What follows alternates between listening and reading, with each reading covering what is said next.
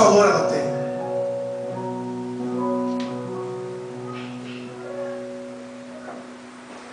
Aí eu lembro da palavra de Deus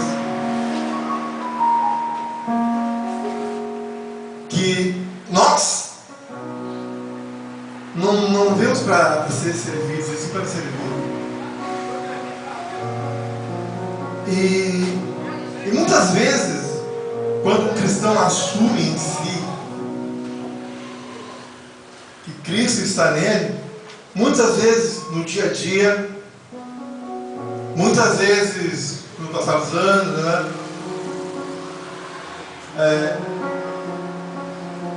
O cristão é humilhado.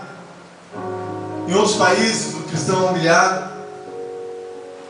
Nos países que os cristãos são mais humilhados, são os países lá que estão lá na janela 1040. Porque lá as leis são mais rígidas. Então aqueles que servem a Jesus, eles são humilhados, eles são pisados, eles são mortos. Mas eu tenho certeza que eles são colocados, eles são muito pequenos, sabe? Eles são muitas vezes pisoteados, são enforcados. E para as autoridades daqueles países, eles não são nada. Eles são a mínima coisa. Mas para Deus, eles são aquele brilhante de muito valor, sabe? E o mais interessante disso é que eu e você temos o mesmo valor. Basta que isso venha à nossa consciência. Que eu e você temos o mesmo valor e que eu e você, nós podemos fazer aquilo que os discípulos faziam quando estavam com Jesus. E ainda até mais. E não sei o que eu estou falando isso foi do próprio Jesus e também não foi os discípulos. Basta que nós venhamos a nos diminuir. E basta que nós venhamos a entender que nós somos o instrumento e que nós somos a imagem e semelhança de Deus. No início do culto, a Thaís, ela abriu o culto e falou coisas bem interessantes. Vamos pensar então em algumas pessoas. Se o Bill Gates morrer hoje, ele vai ser lembrado pela fortuna que tinha, pelos softwares que ele desenvolveu, pela cabeça genial que ele tinha. Quando os pilotos lá da Apollo 13, a nave que são lembrados por ter pisado na Lua, sabe? Inúmeras outras pessoas. Se nós formos lembrar pelo que elas fizeram, pelo que elas marcaram. Tem pessoas que já morreram e têm seguidores até hoje.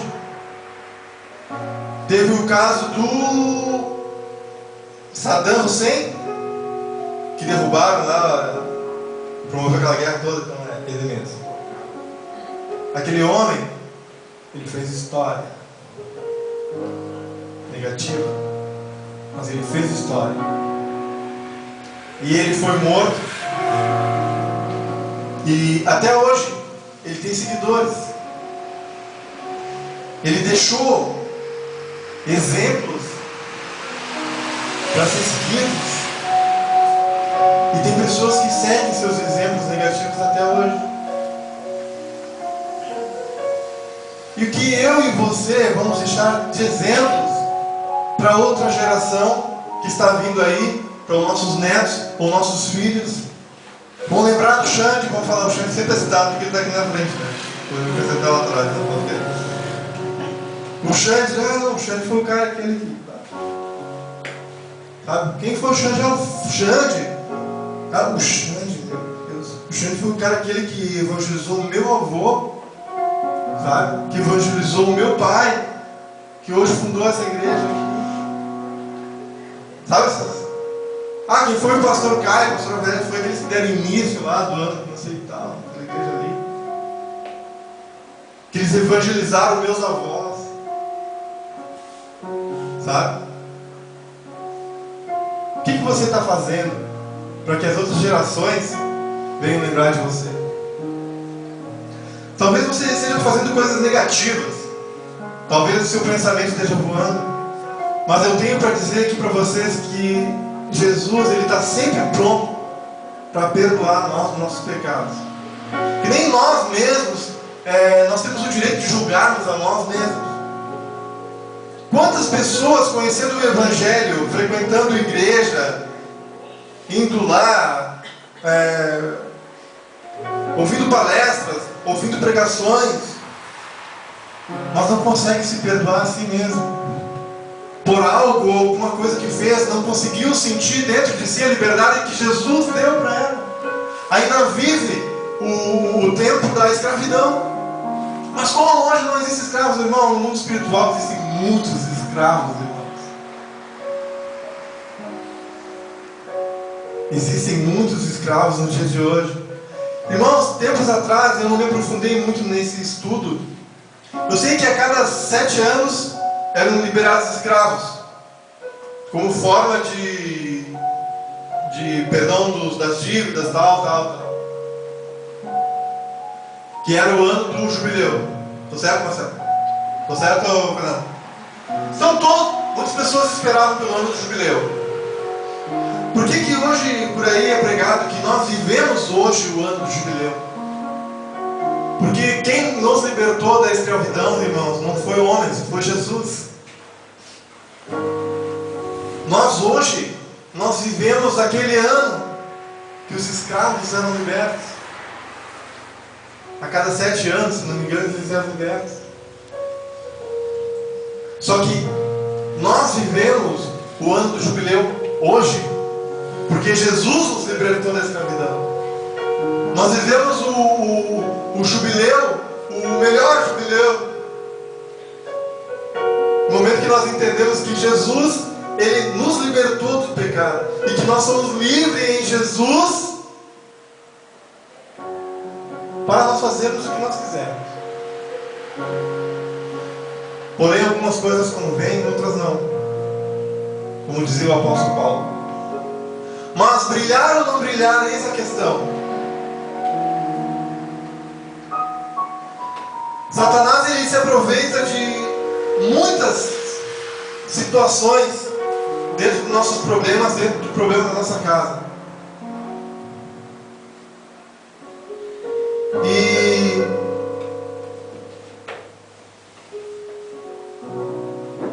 eu estava passando por um problema.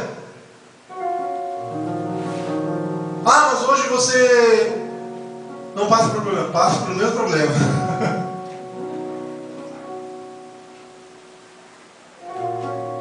Então aquilo estava me apertando, estava me oprimindo, estava me deixando triste.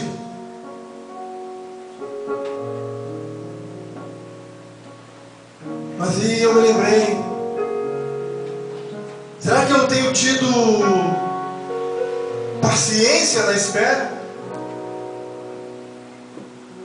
Essa palavra cabe muito a quem quer casar, ou a quem quer namorado, ou quem quer.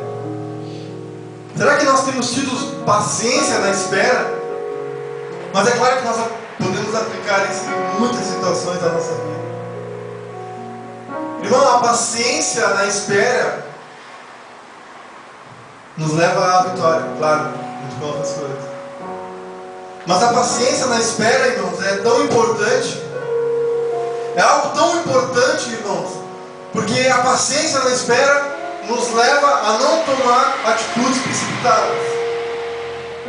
No momento em que nós não temos paciência na espera, nós começamos a dar ouvido para o inimigo. Aquele que é como um leão que rodeia, que está sempre pronto para atacar quando você vacila. Quando nós não temos paciência na espera,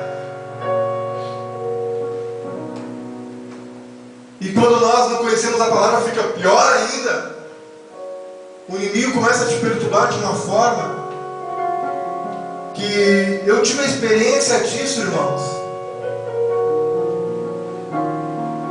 Eu via e ouvia coisas e o inimigo me perturbava. Só que também eu percebia que isso acontecia quando as coisas estavam começando a dar mais errado. errado. E as coisas iam se enrolando e iam dando mais errado. E a luz de Deus cada vez brilhava menos, porque eu dava menos espaço para Deus e começava a dar mais importância para as circunstâncias e esquecia de Deus. E isso acontece com quem não é cristão e também com quem é cristão, principalmente porque o diabo ele quer aqueles que são cristãos para que não venham a brilhar a luz de Deus.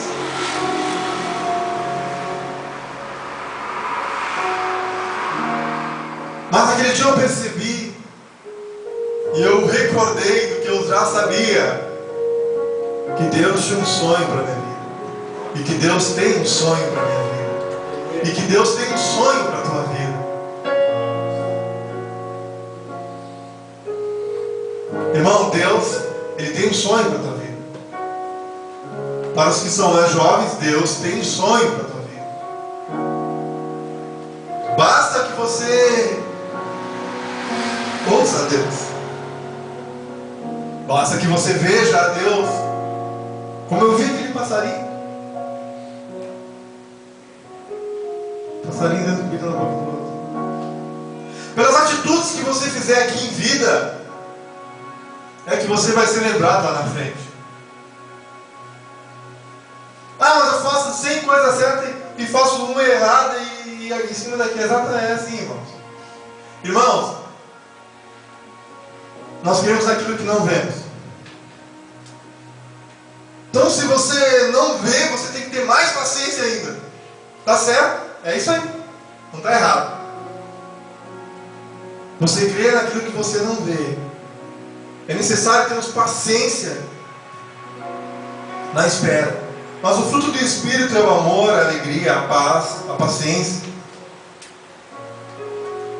bondade, fidelidade, mansidão, domínio próprio. Existem muitas coisas nesse versículo que se juntam, sabe? Irmãos, quantas coisas erradas eu já teria feito, e não estou falando de muito tempo atrás, se eu não tivesse me apegado a Deus e Deus não tivesse me dado força para eu manter o meu domínio próprio. Não só eu, como você, nós teríamos já feito muita coisa errada. Então, quando você tiver uma situação que esteja lhe roubando a paciência, lembre-se que Deus tem um sonho para a tua vida. E que a paciência na espera ela é muito importante. E que nós precisamos tomar posição, decisão, que mais para frente nós iremos colher os frutos. Mais para frente. Ah, mas a luta é grande, mas é aí que vão dar os bons frutos. A grande batalha é que dá a grande vitória. Lembra? A uva que mais sofre ali, sem água e tal, é que dá o melhor vinho. Quando o agricultor quer que a videira dê um bom suco, na época de estiagem, ele vai e começa a regar menos. Toda a proteína, daí a planta começa a investir em cima do fruto. E aquela planta que sofreu mais ali, aparentemente, talvez ela dá o fruto mais doce. Ela dá o melhor vinho. Então não pense não que é no oba-oba, não pense que é barganhando com Deus, que as coisas talvez vão ficar mais fáceis. E muitas pessoas têm decepcionado com isso, achando que dando o melhor para Deus, vão receber alguma coisa em troca e talvez acabam se frustrando e às vezes se frustrarem com Deus pela falta de conhecimento, se frustrarem com homens pela falta de conhecimento, se frustram com Deus. E o povo perece por falta de conhecimento. Irmãos, Deus quer usar você. Deus quer me usar mais. Deus quer usar você mais. Você é um instrumento, irmão. Entenda que você é um instrumento, que você tem que se deixar a ser lapidado